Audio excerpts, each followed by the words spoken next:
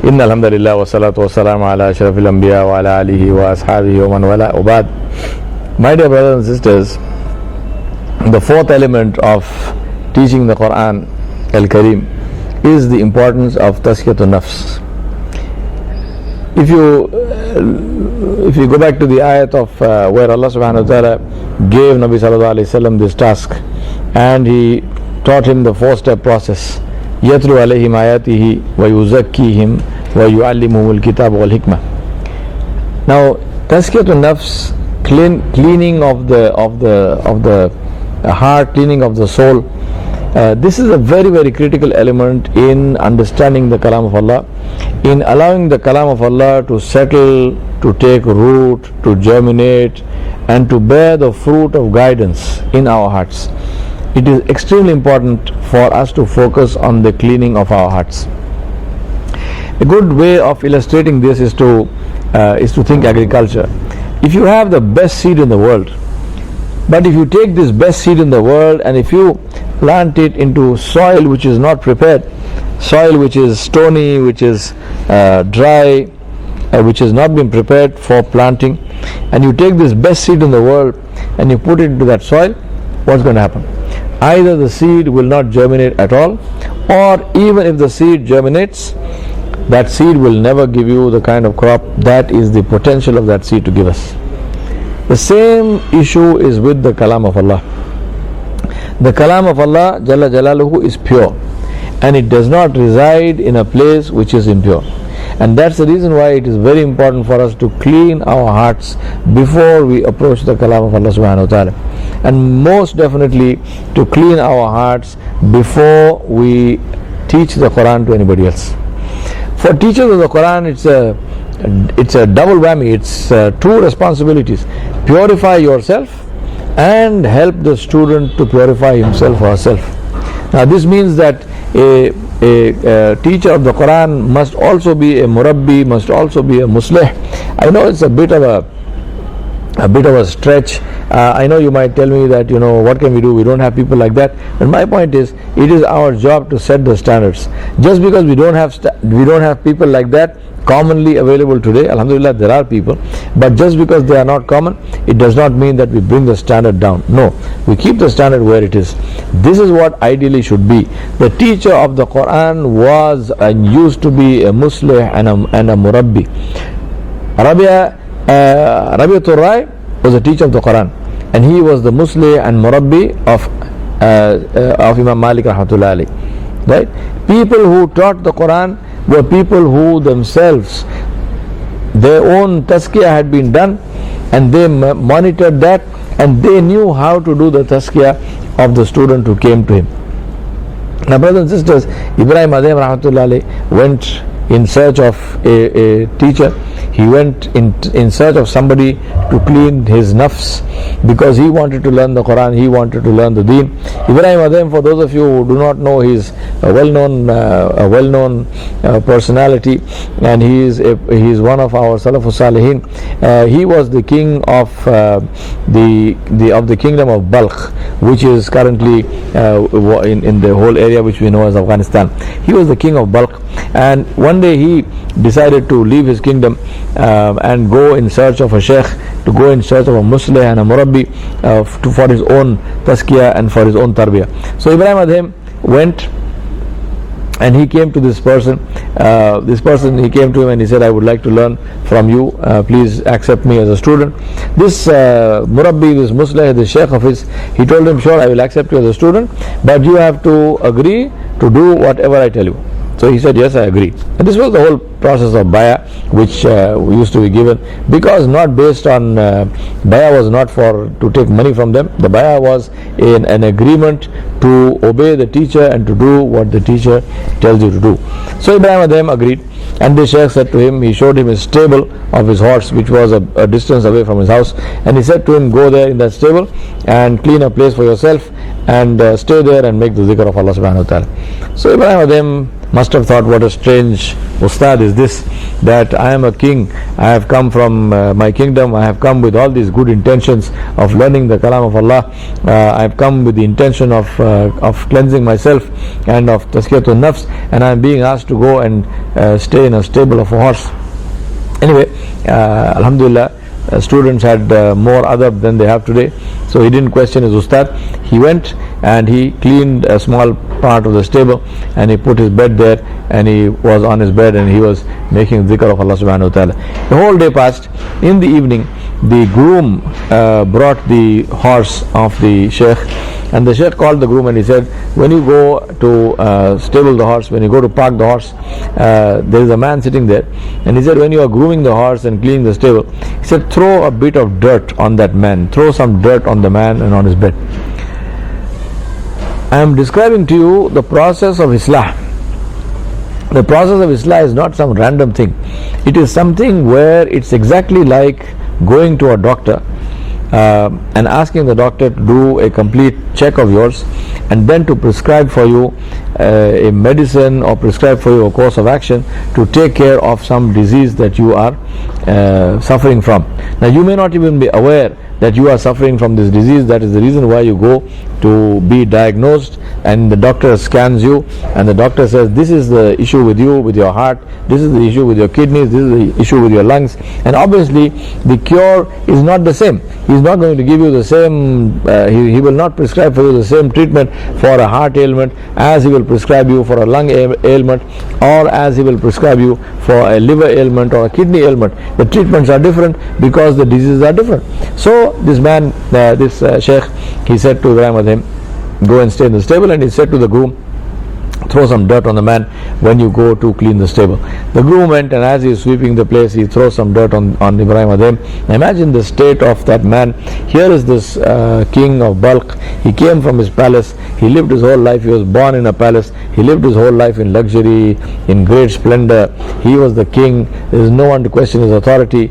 Now first when he goes to the sheikh, the first problem that he encounters is that he is asked to go and stay in a stable. And the second second problem he encounters is that this groom of the horse throws dirt on him. Now imagine, from the perspective of the king, who is the groom of the horse? The groom of the horse is nobody. The groom of the horse is someone that the king probably never even sees in his normal life. Right? The horse is brought to him by one of the nobles, is not brought by the groom. The groom is somebody somewhere who does something. The king doesn't even know the man exists. And such a man, from such a low social status, he is actually throwing dirt on the king. What do you think Ibrahim Adhem did? Obviously Ibrahim Adhem didn't beat the man or something, but he said a few words to him. The groom came back and reported to the sheikh, and he said, this is what happened.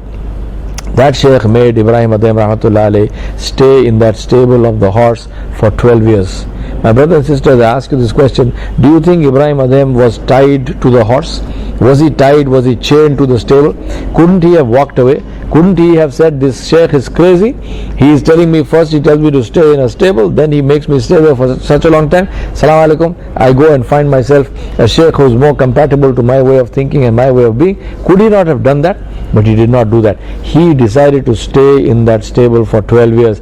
Believe me, he did not stay in the stable for the love of the horse. He stayed in the stable for the love of Allah subhanahu wa ta'ala jalla jalaluhu, with whom he was trying to connect, whose kalam he was trying to learn, whose kalam he was trying to enable that kalam to enter his heart. Why did it take him 12 years? Because he was suffering from the ailment of kings. And let me, with due respect, this is the ailment of kings and shuyukh, and that ailment is kibr. The same ailment, the ailment of king and the ailment of ulama, and that is kibr, that is arrogance. May Allah protect us from kibr. Allah subhanahu wa ta'ala promised to destroy the person who has kibr, and that ailment is a very evil ailment. It's a fatal ailment and takes a long time to cure, and that is the reason why this sheikh made Ibrahim Adhem stay in that stable for 12 years, and at the end of 12 years his heart was clean, and that is when Ibrahim Adhem rahmatullah alayhi became one of the greatest ulama, one of the greatest awliya Allah insha'Allah of this ummah. My brothers and sisters, prepare to receive the revelation in your hearts. Clean your hearts and teach people how to clean their hearts. If you don't know how to teach people, then learn how to teach people, because it's very, very important. You cannot teach until you clean, and unless you clean, your teaching will be completely ineffective. You will only be teaching the words. Don't do that. Without preparation, the best seed will not germinate. I come back again to my old refrain, and that is the two biggest ailments of the heart, the two biggest blocks to tazkiyah is money and fame, money and name. Two biggest blocks. And believe me, it's not a matter of we claiming that we have no love for money, that we have no love for fame. Only Allah will know. Only Allah knows. And that is the reason why we must fear such things, where it is only between me and Allah. We know in our hearts, what is the effect of fame. We know in our hearts how much we are tuned towards popularity, towards gaining popularity. We know in our hearts how many compromises we make, including with the principles of Islam, in order that we have more students, in order that more people come to our classes. Why? Because that is linked to our own livelihood. People come, we charge them a fee to teach them, and that's the reason why we need more people, because we want to make more money. Remove this. Please understand, do not allow money and fame to come in the way. These are the two biggest problems of people who teach Islam, who teach the Qur'an. The Sahaba understood this, Rasulullah Sallallahu Alaihi Wasallam understood this, all our Salafus Salihin understood this. As I mentioned before, there is no dalil whatsoever from the lives of the Sahaba Ridwanullahi Alayhim Ajmain, or from the Sirah of Nabi Sallallahu Alaihi Wasallam, where they took money in order to teach the Qur'an. And what was the result of that? Think about this. One of the earliest teachers of the Qur'an was Musab bin Umair radiallahu anhu. Allah subhanahu wa ta'ala, the Prophet of Allah sallallahu alaihi wasallam, he sent Musab bin Umair from Makkah to Medina. Musab bin Umair goes to Medina. Musab bin Umair paid the price of learning the Qur'an. My brothers and sisters, this is our problem today. We do not pay the price. It comes to us too easy, and that is why there is no effect in our teaching. There is no effect in our recitation. Musab bin Umair paid the price. He paid the price for Islam because when he accepted Islam, his mother took away everything. And we know the whole story. I don't want to take your time by telling the whole story, but we know the story. Musab bin Umair was made destitute. His mother took away everything, including his clothes on his body, and she just gave him a sheet of cloth to cover his nakedness. And this Musab bin Umair was sent, Nabi Sallallahu Alaihi Wasallam sent him to Medina to present Islam, to teach people the Quran. Musab bin Umair radiallahu anhu was one of the most beautiful reciters of the Quran. Musab bin Umair goes to Medina. Musab bin Umair's friend in Medina, he tells him, there is one man in this place, if you can convince him, the entire tribe of Bani Aus will become Muslim. And that is a huge benefit. All you have to do is convince that one man. But he said, let me warn you in advance, that man is a very hard man. He's not easy to convince. He's a very difficult man. Musab bin Umair radiallahu anhu says, take me to him. This man takes him to the garden of Sa'ad bin Mu'adh radiallahu anhu. Sa'ad bin Mu'adh is standing in his garden at a distance with another friend of his. He has his personal arms with him. He has a spear in his hand. He has his sword on his belt. This man, the friend of Sa'ad bin Mu'adh, says, see, that man who just came into your garden, this is the man who came from Makkah. He is the friend of Muhammad Sallallahu Alaihi Wasallam who came here, and he is preaching his religion here, and he is speaking against our gods, and now he seems to be in your house. So Sa'ad bin Mu'adh said to the man, he said, you wait here, I'll be back very shortly. And Sa'ad bin Mu'adh came, and Sa'ad bin Mu'adh was a huge big man. He was massive physically. He came, and by then Musab bin Umair is sitting there on a platform under some trees, and the friend of Musab bin Umair, who was a cousin of Sa'ad bin Mu'adh, he was also sitting there. There were a few other people gathered there. Sa'ad bin Mu'adh came, addressed his cousin directly. He ignored Musab bin Umair. He addressed his cousin, and he said, who have you brought here? With whose permission have you brought here? He said, the only reason I am speaking and I am not actually acting with my hand is because you are my cousin. If you had not been my cousin, I would have sliced your head off. Now he said, now get out. I don't want to see you here, get out. Musab bin Umair says, I'm talking about people who taught the Qur'an, who had tazkiyatun nafs, who paid the price and who knew the value of the kalam of Allah subhanahu wa ta'ala. See the effect of that. Musab bin Umair radiallahu anhu says to Sa'ad bin Mu'adh, I have come all the way from Makkah. I am ready to go. You tell me to leave, I will leave. But will you not give me a few minutes, just sit and listen to what I have to say? Sa'ad bin Mu'adh said, okay, there's no harm in that. He sat down and Musab bin Umair recited the Qur'an. The result of recitation of the Qur'an is when Musab bin Umair radiallahu anhu finished, Sa'ad bin Mu'adh said, this is what Muhammad brought? This is what you came from Makkah, from Muhammad? This is what you came with? Sa'ad bin Mu'adh said, yes. He said, tell me, how do I accept Islam? How do I accept Islam? He accepted Islam on the hand of Sa'ad bin Mu'adh radiallahu anhu, accepted Islam on the hand of Musab ibn Umair radiallahu anhu.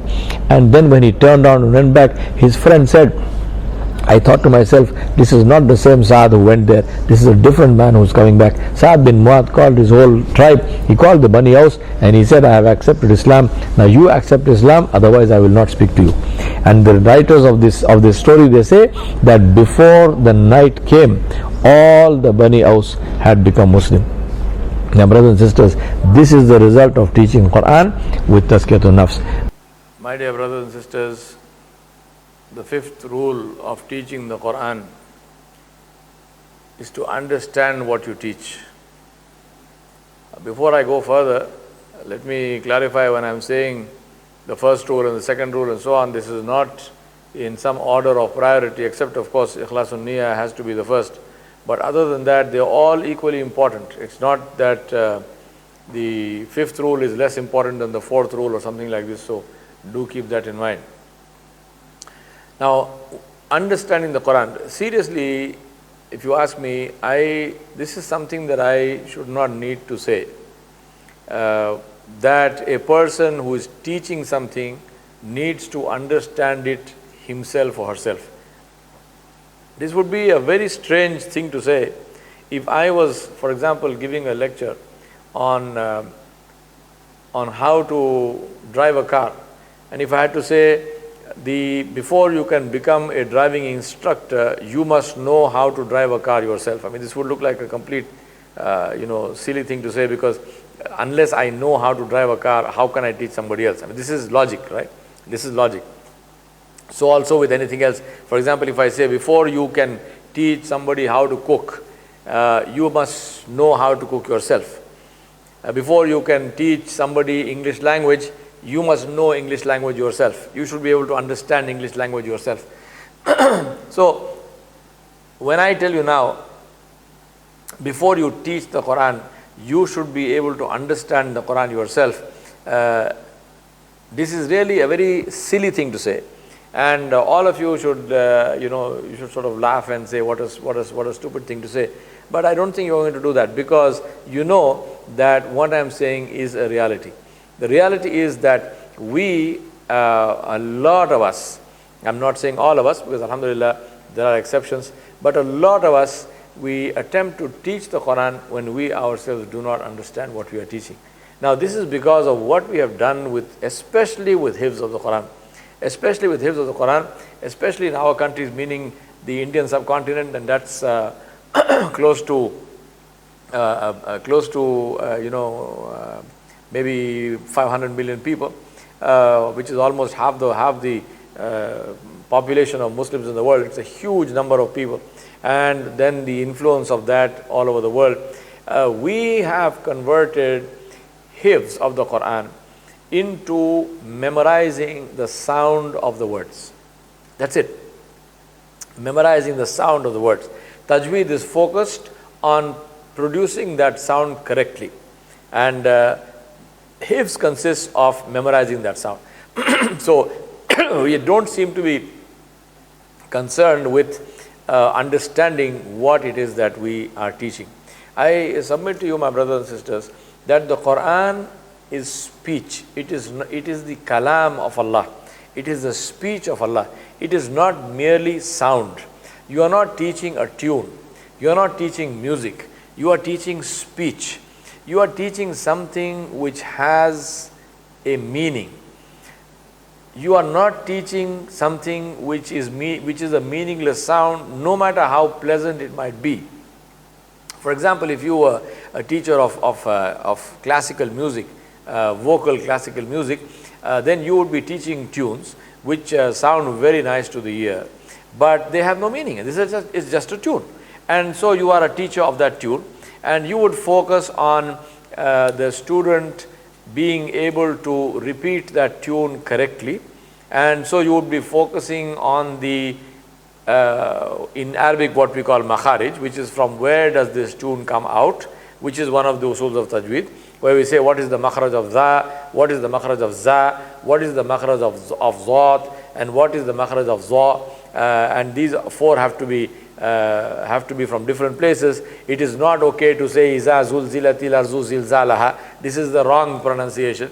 We must pronounce it correctly. There is a za, there is a za, there is a zal, and there is a dha, and therefore we have to ardu zilzalaha. We have to say this correctly. We are focusing on how to make the sound, how to produce the sound.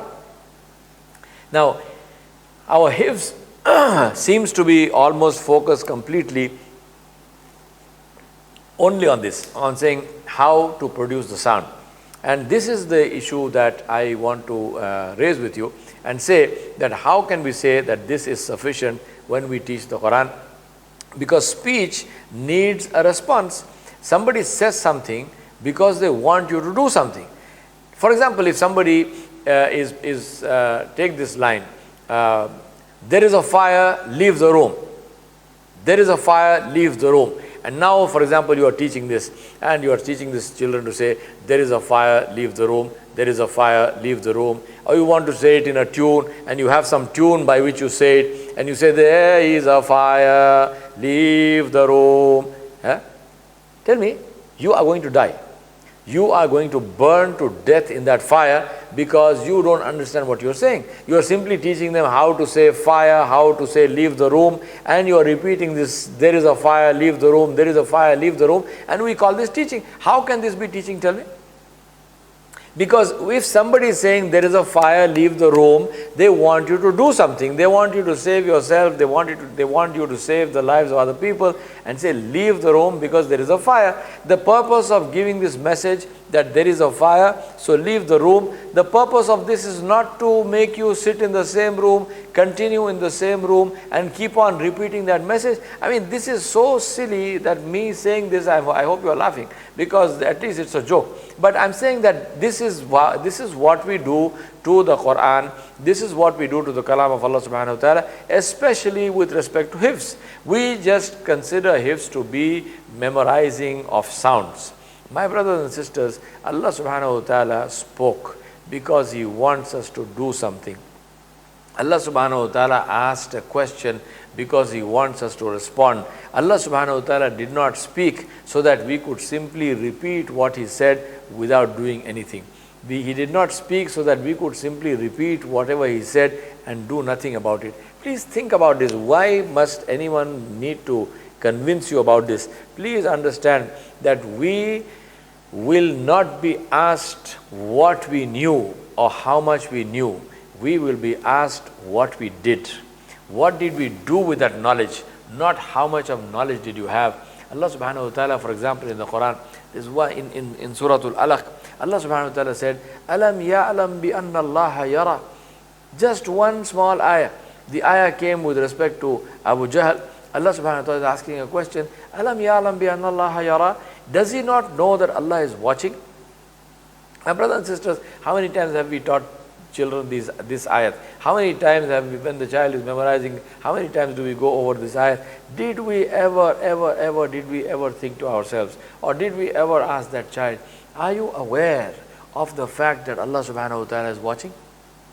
Tell me, Alam ya'lam bi anna Allah yara, to me is the ayah, the asbab al-nuzul is with respect to Abu Jahl, but to me that ayah is the ayah which describes al-ihsan. Alam ya'lam bi anna Allah yara is al-ihsan. Because Nabi sallallahu alaihi wasallam said, he said about ihsan, he said, Anta abudallaha ka'annaka tara, fa illam takun tara fa innahu yarak. Worship Allah subhanahu wa ta'ala as if you can see Him, and if you cannot see Him, know that He sees you. Alam ya'lam bi anna Allah yara. Alam ya'lam bi anna Allah yara is the essence of ihsan. Now, how many times did we think about that? How many times did we teach our children this? How many times did we say that when you are standing in salah, are you aware that Allah subhanahu wa ta'ala is watching you? When was the time that we connected Alam ya'lam bi anna Allah yara with Hadith Jibreel with regard to the explanation of ihsan? And if we did not do that, why did we not do that? This is what I am saying, the issue of understanding what we are teaching. This can never happen if we teach without understanding. It's absolutely critical for us to teach with understanding, because according to me, there is no other way of teaching. If you are teaching without understanding it yourself, then you only think you are teaching, you are not teaching at all. You are going through the motions of teaching. You are pretending to teach. You are performing an act of teaching. You are not actually teaching because you yourself don't understand. Like in anything else, how can you teach something that you don't understand yourself? Wallahi, we have to make these connections, my brothers and sisters. Think and reflect, teach with understanding, reflect on the kalam of Allah subhanahu wa ta'ala jalla jalaluhu, and teach that with understanding, because that is the only way of teaching. My brothers and sisters, this is how the Sahaba learnt. The story of Abdullah ibn Umar radiallahu anhuma, who took 12 years to memorize Surah Al-Baqarah. What is this story about? It is about teaching and learning with understanding. I read an ayat of the Qur'an, I hear what Allah subhanahu wa ta'ala told me, I reflect on it, I understand it, I apply it in my life, I see the beauty of that application, and then I come back to the next ayah. This was the methodology of teaching of the Qur'an.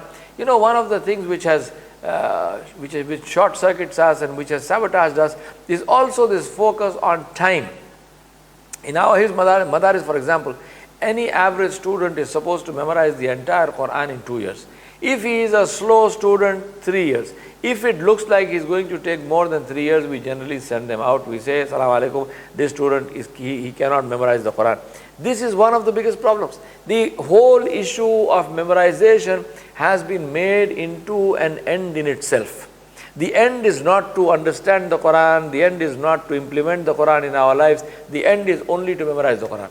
Now, I know you are not saying that. I know that you have not made this as an aim and objective of your madrasa to say that a student must not implement the Qur'an. You have never said that, but you have never also implemented it. You have never also focused on it. You have never also asked questions with regard to implementation.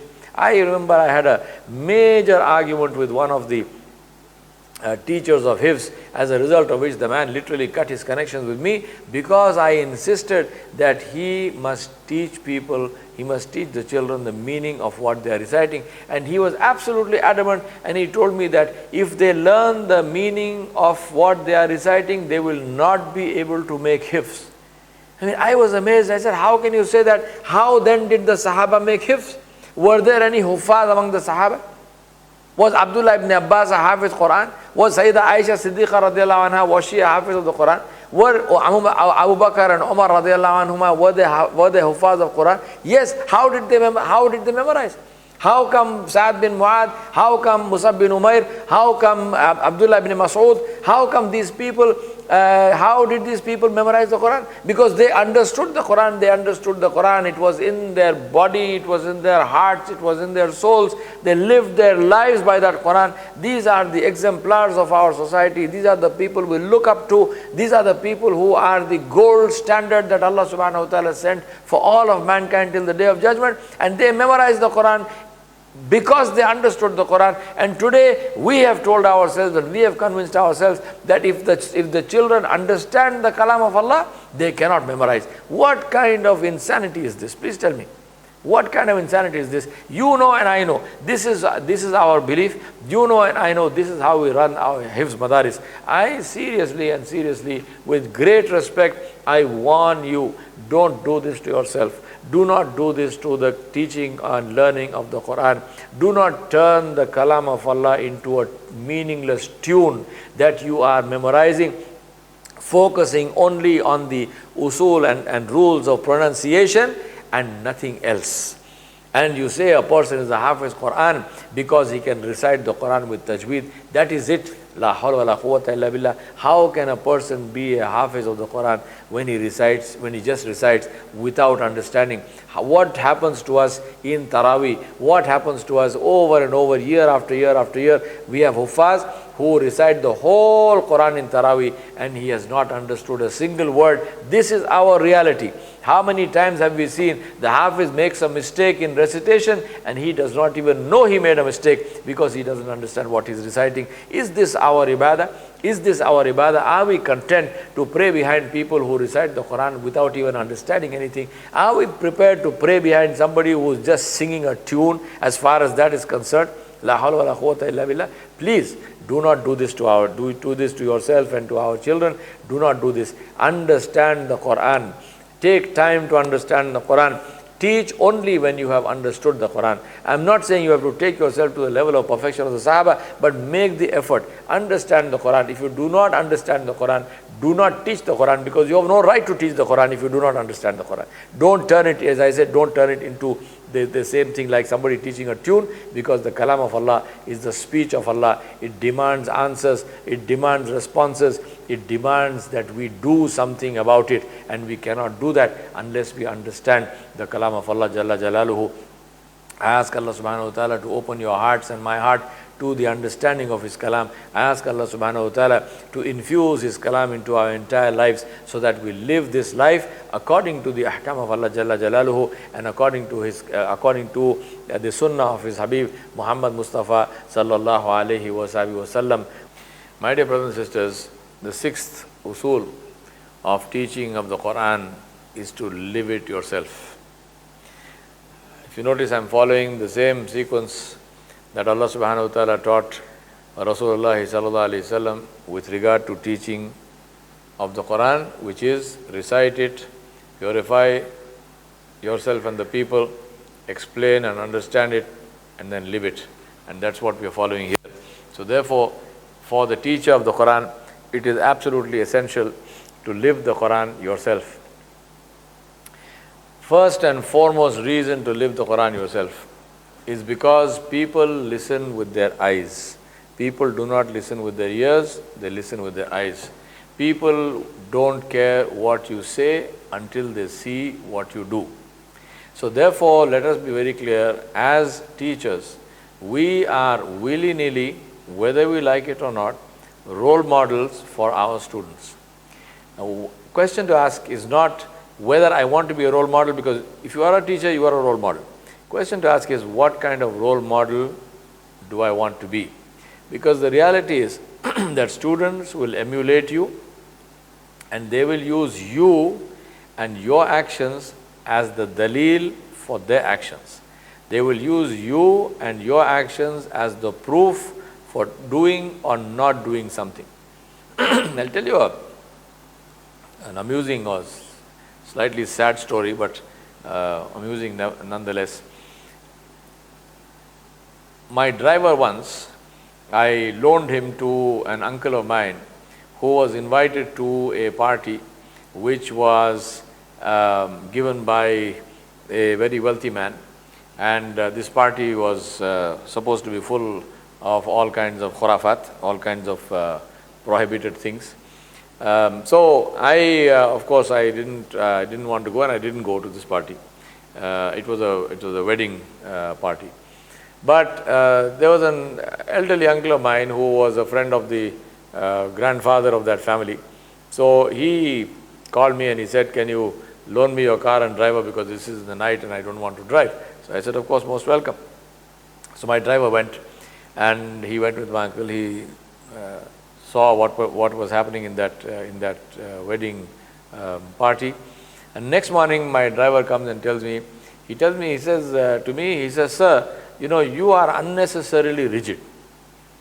So I said, "What kind of thing is this? I mean, what do you mean I'm unnecessarily?" He said, "Do you know who was in that party last night?" And may Allah forgive me, he listed for me the names of many of our religious leaders, many of our teachers and ulama who were in that party. Now he tells me, if what was happening there was wrong, how come so and so was there? How come so and so was there? How come the head of that organization was there? How come the head of that madrasa was there? He says, you are the problem.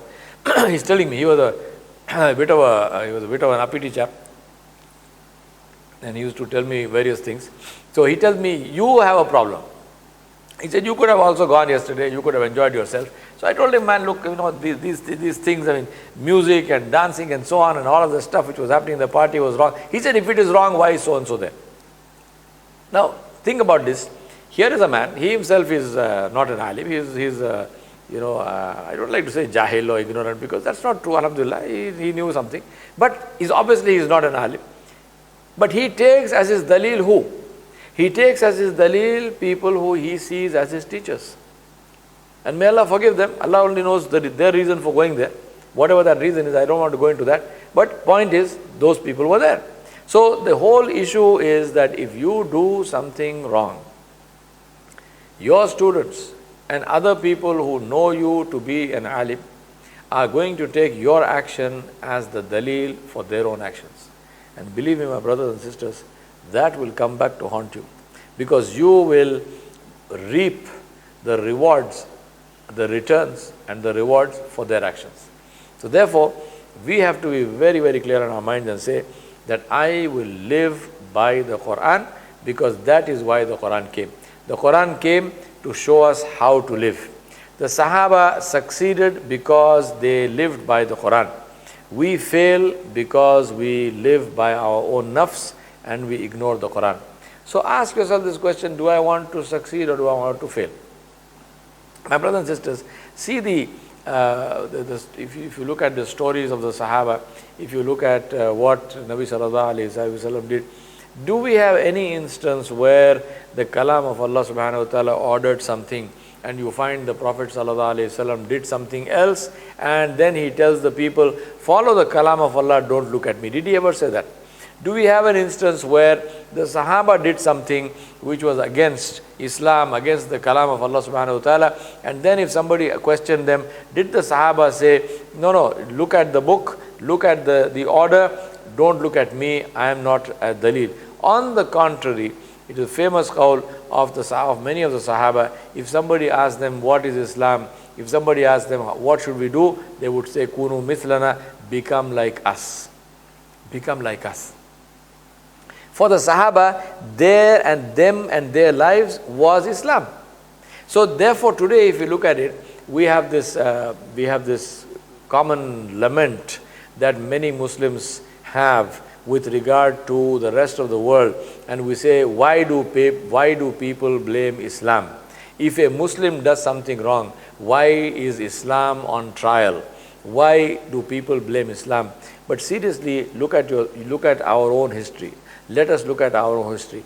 The Sahaba had quite the opposite view. The Sahaba's view was that a Muslim's action is the reflection of his Islam. And therefore, they said, Kunu mislana, become like us. So my point is, if a Muslim does something wrong, who do you want people to blame? Who do you want people to blame? Because if the Muslim does something right, do you want people to say, he did this because he is a Muslim, this is a reflection of his Islam? Do you want them to say that? Or do you want to say, no, Islam has nothing to do with it. He is honest, he is compassionate, he is courageous. That is his personal, internal, his own ability, his own strength. Islam has nothing to do with that. Do you want people to say that?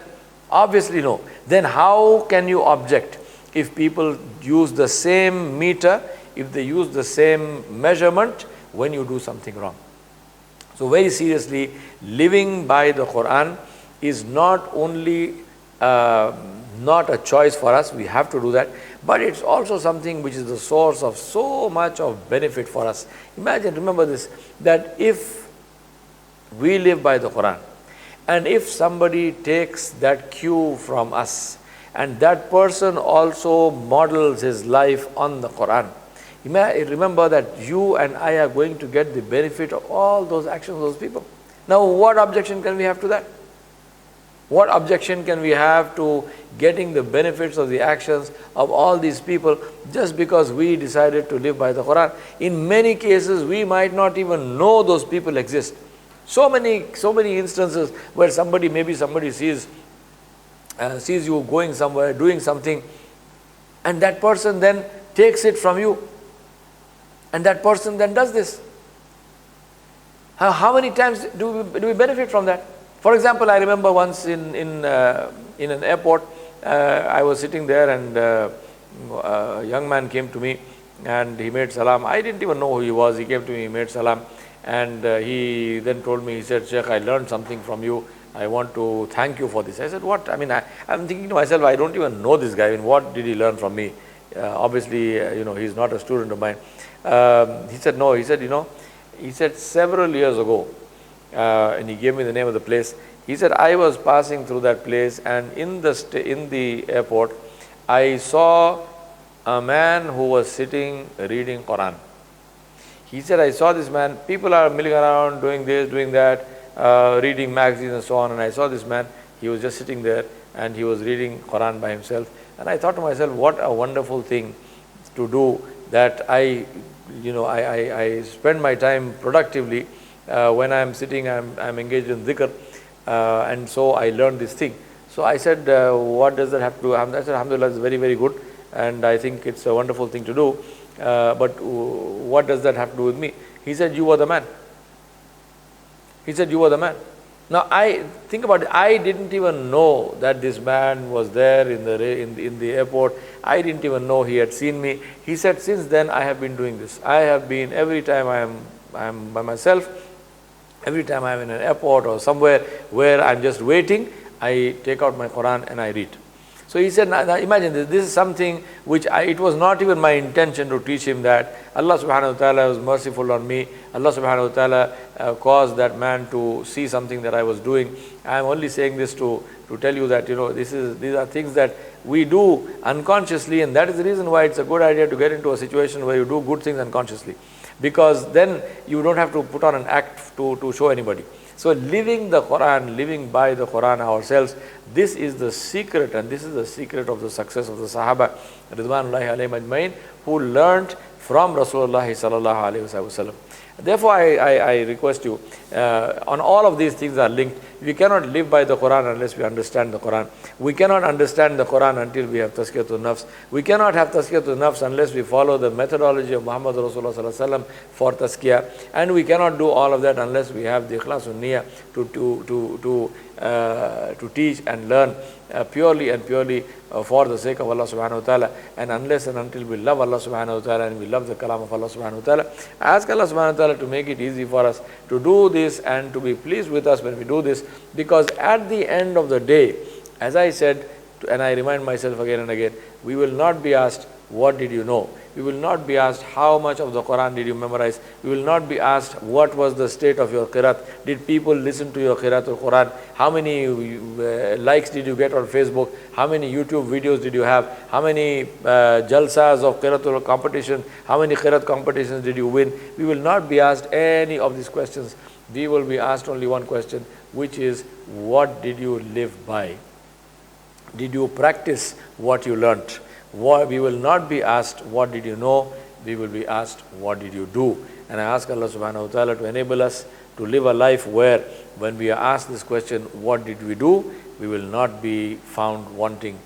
Wa sallallahu ala nabiyil kareem wa ala alihi wa sahbihi ajmain bi rahmatika ya arhamar rahimin.